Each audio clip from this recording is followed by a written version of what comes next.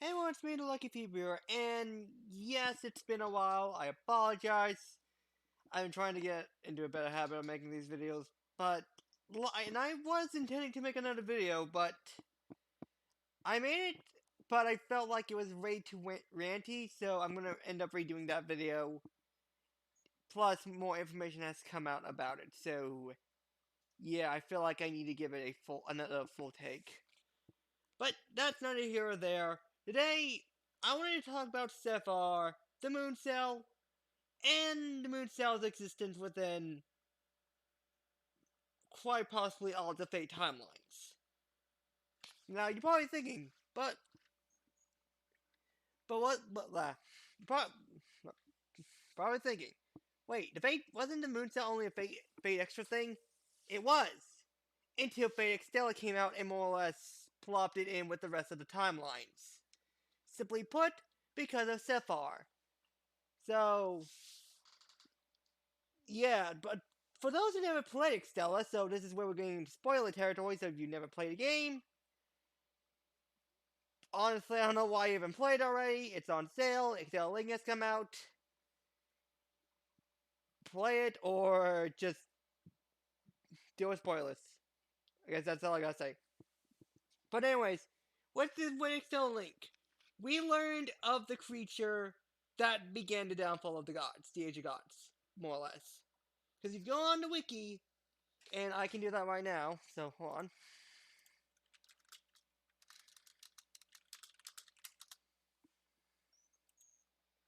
Sorry, I should probably have this prepared earlier, but my bad. Okay, here we go. Here we go. There we go.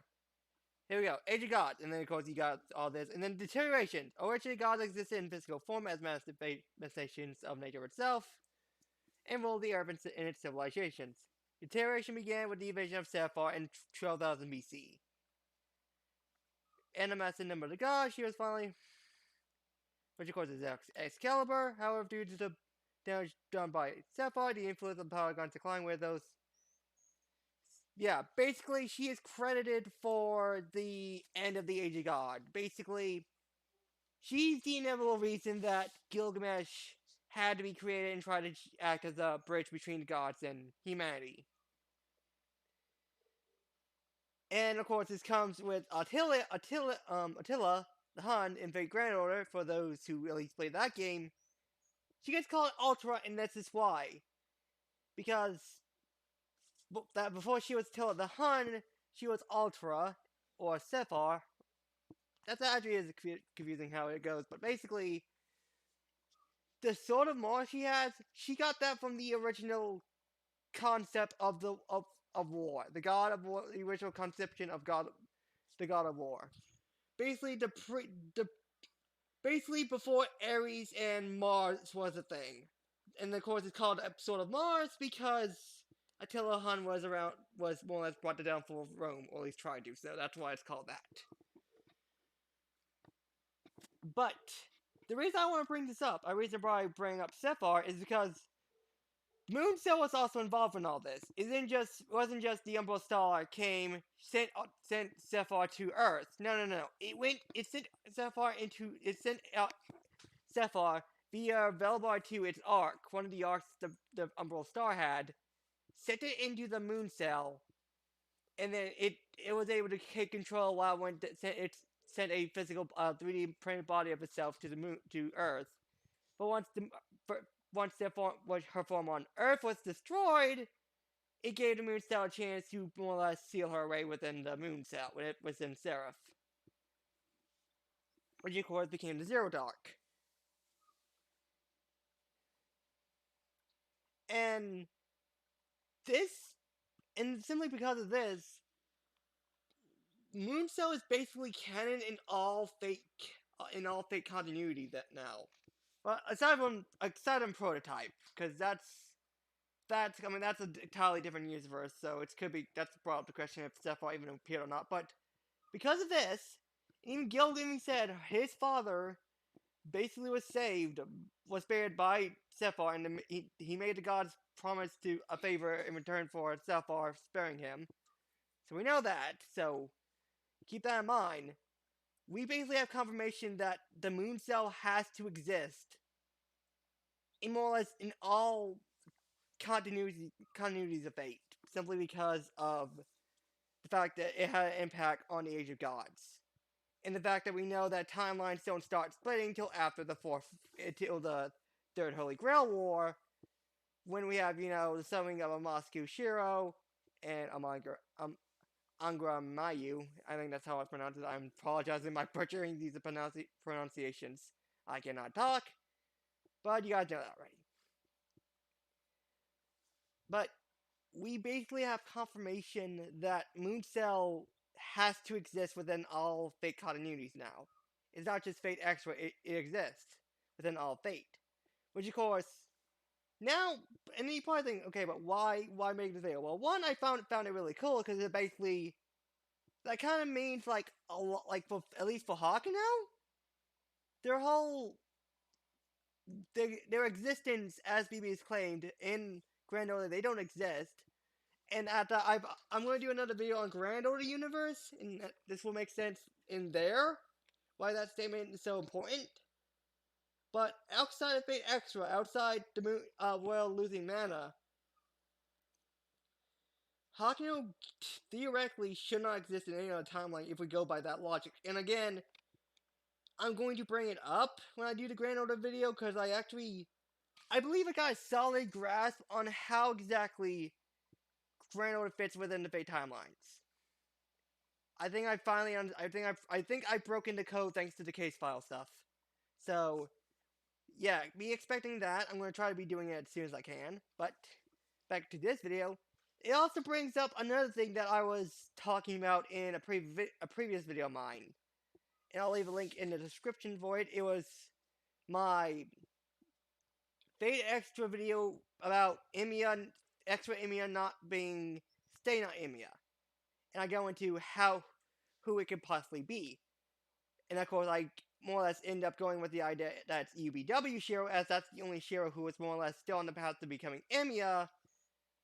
And I like to give him credit in that he's not a complete idiot, in that he would basically avoid the trip falls that Stay Not Emiya had gone through, basically.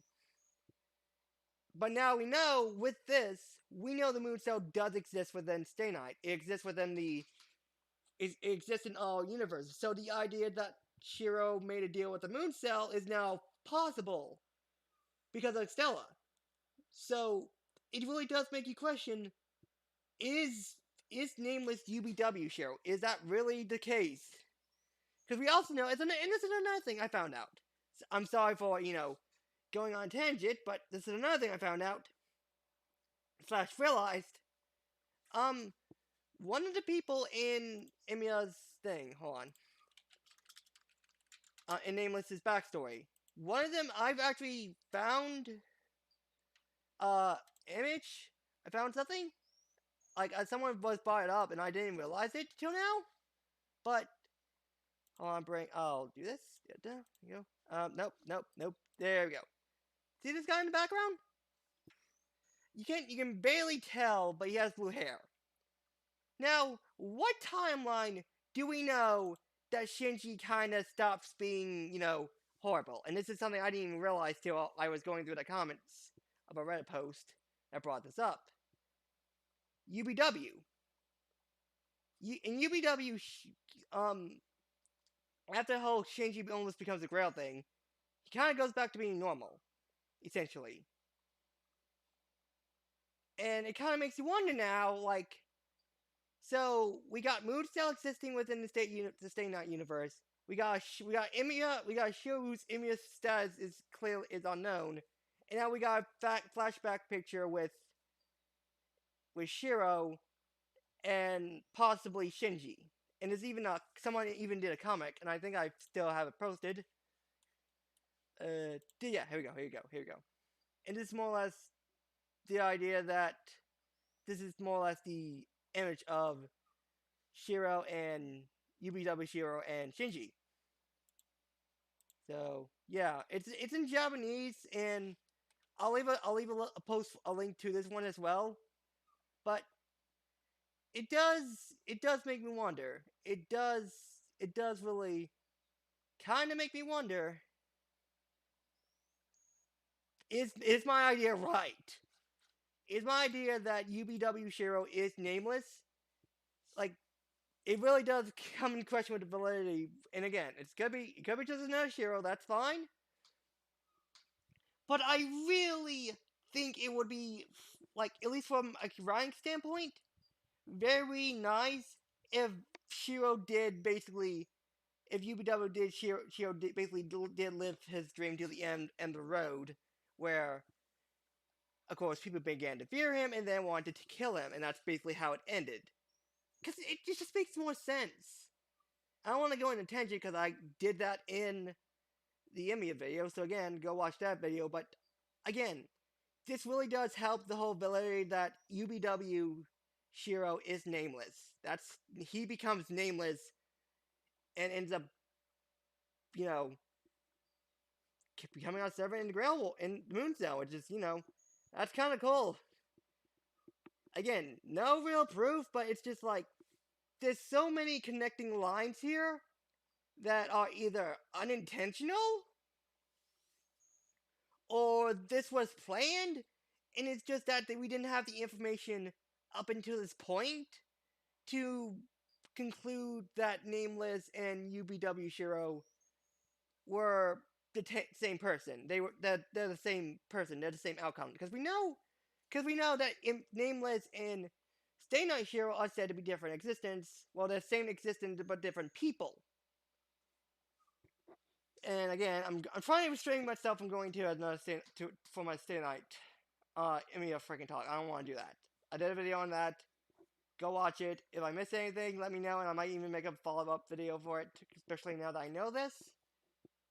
But yeah, that's kind of the whole idea. That's kind of the whole deal I want to make with this video, is just more or less discussing the fact that Sefar and Mooncell technically now exist within all fake canonicities. But I guess it just depends on what timeline it is that Mooncell gets involved. But yeah, that's kind of it. Again, short video, but I really wanted to discuss this because I found this out like a day or two ago, and I just really thought it was cool. It's really cool because again, we're learning more about the world. We're basically learning that no, Mooncell does exist within all the fake canonicities because Seraph, because Mooncell is basically the cage, the prison for Seraph. Because if you remove that, then what's to stop Seraph from just making itself another body and just finishing what it started?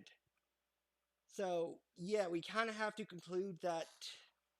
Again, unless something else is brought up, or there's something that I don't know about, which by all means, anyone who is more proficient in Fate lore, by all means, tell me I'm wrong.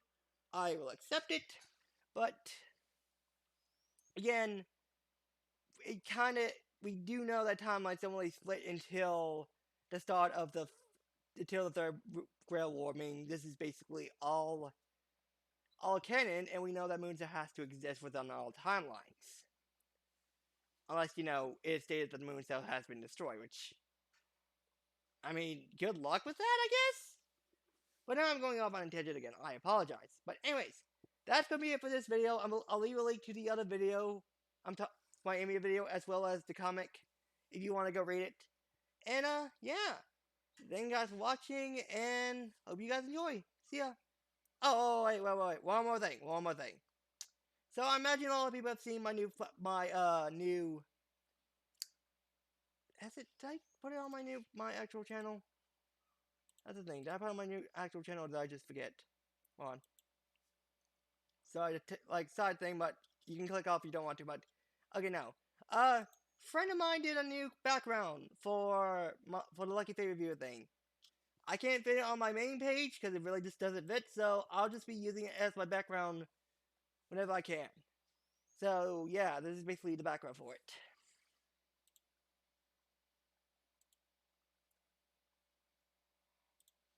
There you go. And yeah, I like it. The only thing is the hand thing, which right there, which I'll have to talk to him about and see if he can't, quickly fix that. But beyond that, it's really good. I kind of like it, and I hope you guys will like it too. So yeah, new background, everybody. Woo! Anyway, thank you guys for watching, and see you guys next time. Goodbye.